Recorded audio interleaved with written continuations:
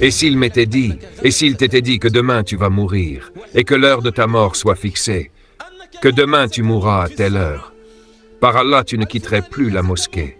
واعلم أيها الحبيب أن رمضان إن بلغك الله رمضان. Sache, ô bien-aimé, que si Allah te fait atteindre Ramadan, c'est un signe de l'amour d'Allah pour toi. Ô noble personne, dans quelques jours nous accueillerons le mois de Ramadan, et la meilleure manière d'accueillir Ramadan est de se réconcilier avec Allah. أخبر الله سبحانه وتعالى قبل 1000. Allah, exalté soit-il, a informé, il y a 1400 ans à partir de ce jour, اقترب للناس حساب. le compte des gens s'est rapproché tandis qu'ils sont dans l'insouciance et se détournent.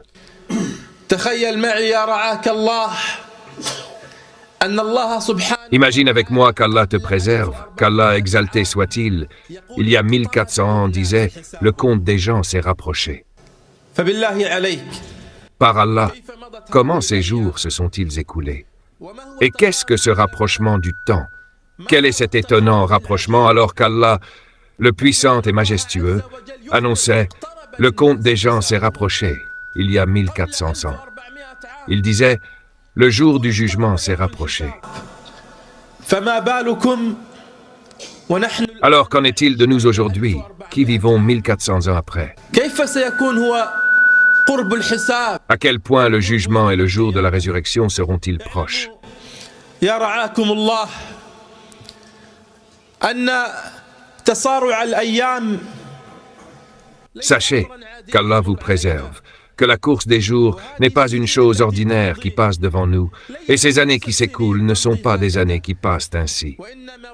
Par Allah, la leçon est pour celui qui médite et l'exhortation pour celui qui réfléchit. Regarde ton âge il y a quelques années. انظر الآن أنت. Regarde-toi maintenant. Tu es un jeune homme plein de vigueur. Il y a peu de temps, tu étais encore dans l'enfance. Regarde-toi maintenant, alors que tu as avancé en âge. Il y a peu de temps, tu étais un jeune homme dans la fleur de l'âge. Ainsi passe la vie, ainsi passe l'existence. Et le rapprochement du temps est un signe parmi les signes du jour de la résurrection. Et la plus grande preuve est que, je ne dis pas il y a quelques jours, mais il y a quelques heures, nous faisions nos adieux à Ramadan. N'étais-je pas sur cette même chaire l'année passée à vous prêcher pendant Ramadan? Je vous disais que Ramadan allait se terminer et que si nous restions parmi les vivants, Ramadan reviendrait l'année suivante. Et l'homme avisé est celui qui se juge lui-même et agit pour ce qui vient après la mort.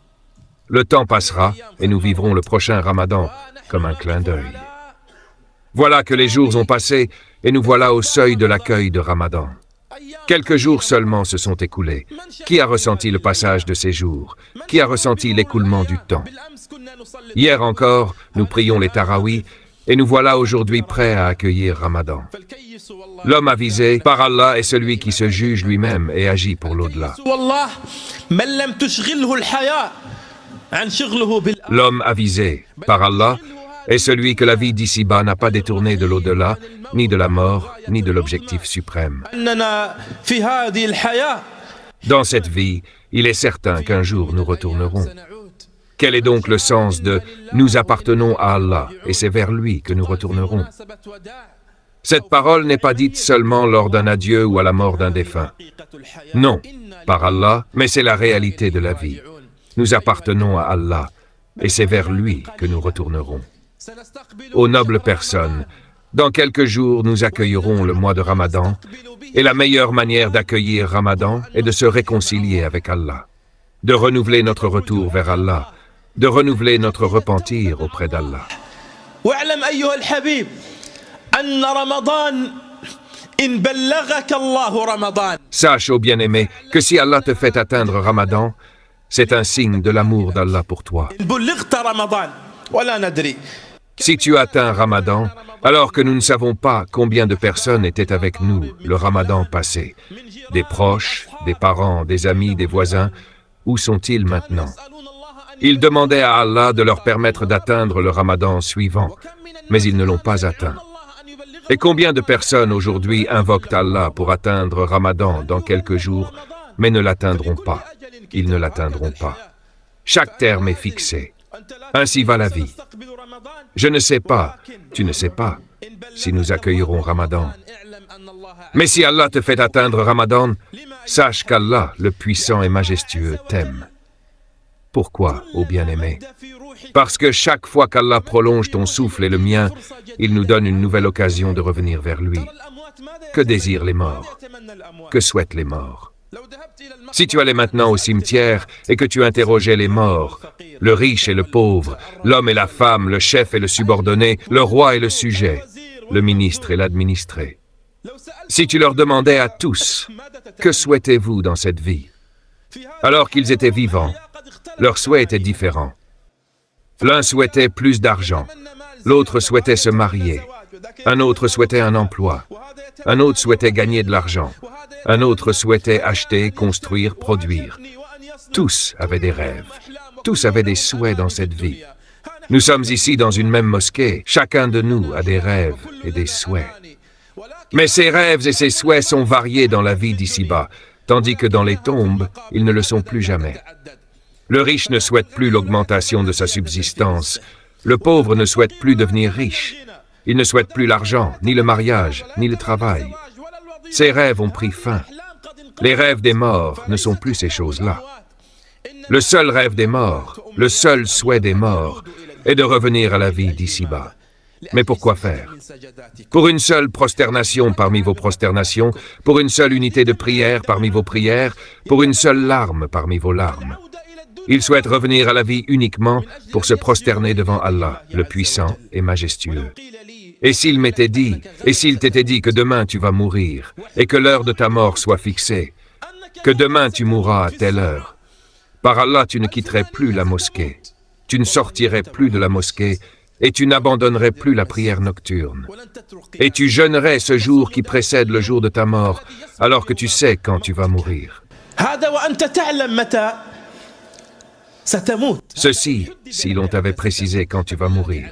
Alors par Allah, comment est la situation alors que tu ne sais pas quand tu vas mourir? Comment est la situation alors que tu ne sais pas, tu ne sais pas? Accueillerais-tu Ramadan? Quitterais-tu la mosquée? Continuerais-tu? Non, tu ne sais pas. Tu ne sais pas quand tu vas mourir. Alors, si telle est la situation de celui qui connaît l'heure de sa mort, qu'en est-il de celui à qui l'heure de sa mort a été cachée et dissimulée? Celui-là est plus digne de se prosterner, plus digne de fournir des efforts, plus digne de s'incliner. C'est pourquoi, ô bien-aimés, lorsque deux compagnons furent amenés auprès du prophète sallallahu alayhi wa sallam, et que l'un d'eux était tombé martyr tandis que l'autre était mort sur son lit, leur compagnon vit que celui qui était mort sur son lit avait obtenu auprès d'Allah, le puissant et majestueux, un rang plus élevé que le martyr. Il vit cela en vision. Alors il se rendit auprès du prophète sallallahu alayhi wa sallam et dit « Ô messager d'Allah, celui-ci n'est-il pas tombé martyr, tandis que l'autre est mort sur son lit? Pourtant, j'ai vu que celui qui est mort sur son lit a devancé son frère au paradis, celui qui était tombé martyr. » Le prophète sallallahu alayhi wa sallam demanda à ce compagnon « Lequel des deux est mort en premier ?» Il répondit « Le martyr est mort en premier. » Il dit « Et combien de temps l'autre a-t-il vécu après lui ?» Il répondit « Il a vécu tant et tant d'années. » Il dit « N'a-t-il pas atteint Ramadan durant ce temps ?» Il répondit « Oui. » Il dit « Ne s'est-il pas prosterné? Ne s'est-il pas incliné? N'a-t-il pas prié ?» Il répondit « Oui. » Il dit « C'est par cela qu'il a atteint un rang plus élevé. » Pourquoi? Parce que celui qui meurt à 20 ans est ton compagnon, tandis que toi tu meurs à 25 ans. L'écart entre sa mort et la tienne est de 5 années. Ces 5 années entre sa mort et la tienne t'ont permis d'accomplir plus d'unités de prière, de compléter davantage la lecture du Coran, de vivre 5 ramadans supplémentaires. C'est par cela que tu l'as dépassé, même s'il est mort martyr. C'est un bienfait d'atteindre Ramadan, un bienfait. Chaque jour où tu te réveilles, chaque jour. Certains d'entre nous se réveillent et ressentent du souci. Encore une nouvelle journée, une routine, des jours qui se répètent et se plaignent de la peine, de la pauvreté, de la vie. Ô mon frère, par Allah ce matin est ce que les morts souhaitent. Allah le puissant et majestueux t'a donné une nouvelle occasion de te repentir, une nouvelle occasion d'aller à la mosquée, de revenir, de te réconcilier avec Allah, de faire l'aumône, de t'acquitter de la zakat, de dépenser dans le sentier d'Allah, d'appeler au sentier d'Allah. d'Allah, de prier la nuit, de jeûner. De nouvelles occasions qu'Allah exalté soit-il nous accorde. Nous devons remercier Allah le puissant et majestueux pour cela 1000 fois. Ô bien-aimé, la plus grande chose avec laquelle on accueille Ramadan est le repentir envers Allah le puissant et majestueux dès maintenant. Ramadan par Allah est une opportunité pour les vivants. Ramadan est une opportunité pour nous tous. Combien de soucis nous ont atteints avant Ramadan? Combien de péchés ont alourdi nos épaules avant Ramadan? Alors Ramadan vient comme une opportunité pour nous. Nous sommes maintenant au seuil de Ramadan, tout chargé de péchés, chargé de soucis. Ramadan est une occasion pour que le cœur s'adoucisse après sa noirceur, après sa dureté, après sa rudesse. Ramadan est une occasion pour que l'œil verse des larmes après une année entière de sécheresse avant Ramadan. C'est une opportunité de repentir, une opportunité de s'humilier devant Allah, exalté soit-il, de revenir vers lui. Sache que tu es devant le très miséricordieux. Iblis, qu'a-t-il dit? Il a dit, par ta puissance et ta majesté, je les égarerai tant que leurs âmes seront dans leur corps. Tant que cette âme est dans le corps, pas de prière nocturne, mais des péchés et des désobéissances, je les égarerai tant que leurs âmes seront dans leur corps. Alors qu'a dit Allah, le puissant et majestueux? Il a dit, par ma puissance, ma majesté et l'élévation de ma position, je leur pardonnerai tant qu'ils me demanderont pardon. Tiens-toi à la porte du très miséricordieux. Allah, le puissant et majestueux, dit dans le hadith Qudsi, ô fils d'Adam, écoute, ô bien-aimé, écoute la douceur d'Allah envers toi alors que tu es aux portes de Ramadan. Par Allah, regarde la miséricorde de ta mère envers toi, regarde son attachement, son attente, son attention, son sacrifice de sa vie, voire de son âme pour toi. Toute cette tendresse et cette miséricorde ne valent rien face à la miséricorde d'Allah envers toi. Allah, le puissant et majestueux, est plus miséricordieux envers nous que nos mères. Imagine cela. Compare cela. Regarde ta mère et sa miséricorde envers toi. Allah est plus miséricordieux envers toi et moi que nos mères. Ô fils d'Adam, tant que tu m'invoques et que tu espères en moi, je te pardonne ce que tu as fait et je ne m'en soucie pas. Ô fils d'Adam, si tes péchés atteignaient les nuages du ciel, regarde le ciel de tes propres yeux. À quelle distance est-il de toi? Ce ciel que tu vois n'est que le premier ciel. Il y a un deuxième, un troisième, jusqu'au 7e ciel. Si tes péchés atteignaient les nuages du ciel,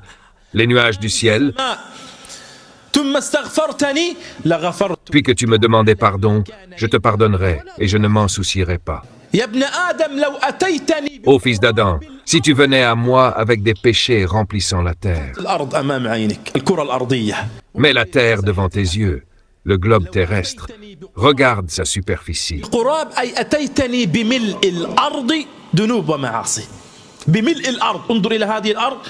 Si tu venais à moi avec des péchés remplissant la terre, puis que tu me rencontres sans rien m'associer, je viendrai à toi avec un pardon équivalent. Lorsque Abu Dar vint auprès du prophète sallallahu alayhi wa sallam, alors que le prophète sallallahu alayhi wa sallam parlait aux compagnons et leur disait « Celui dont les dernières paroles seront « La ilaha illallah » entrera au paradis. Celui qui a dans son cœur le poids d'un atome de « La ilaha illallah » entrera au paradis.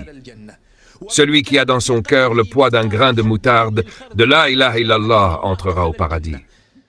Abu Dar regarda le prophète sallallahu alayhi wa sallam et dit « Ô messager d'Allah, même s'il a volé et même s'il a commis la fornication ?»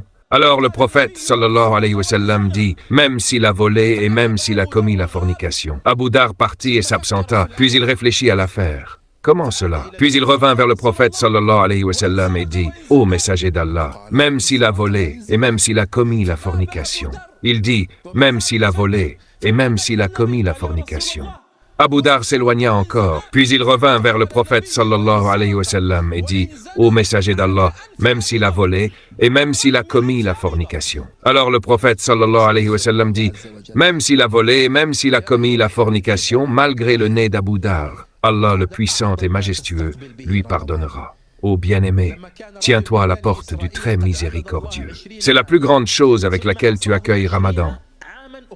Il y avait un homme parmi les enfants d'Israël qui adora Allah pendant 20 ans, puis lui désobéit pendant 20 autres années. Un jour, il se regarda dans le miroir et vit que les cheveux blancs avaient rempli sa tête. Il dit « Ô Seigneur, je t'ai adoré 20 ans, puis je t'ai désobéi 20 ans. Si je reviens vers toi après 20 années de péché, m'accepteras-tu? Il s'endormit, désespéré. Comment? 20 années de péché, alors que sa tête a blanchi dans la désobéissance.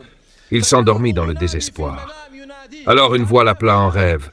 « Ô un tel, tu nous as délaissés, alors nous t'avons rapproché. Tu nous as désobéi, alors nous t'avons accordé un délai. Et si tu reviens à nous, nous t'accepterons. Tu nous as délaissés, alors nous t'avons rapproché. Tu nous as désobéi, alors nous t'avons accordé un délai. Et si tu reviens à nous, nous t'accepterons. » La seule porte qui ne se ferme jamais. La porte de celui que tu aimes peut se fermer devant toi.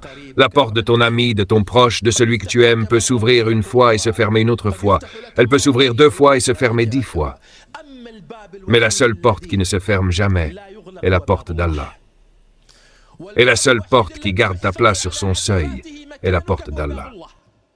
Tu peux t'absenter 20 ans, 30 ans, puis revenir à la porte de ton proche, il ne te reconnaît plus. Peut-être même la porte de ta propre maison ne te reconnaît plus après une longue absence.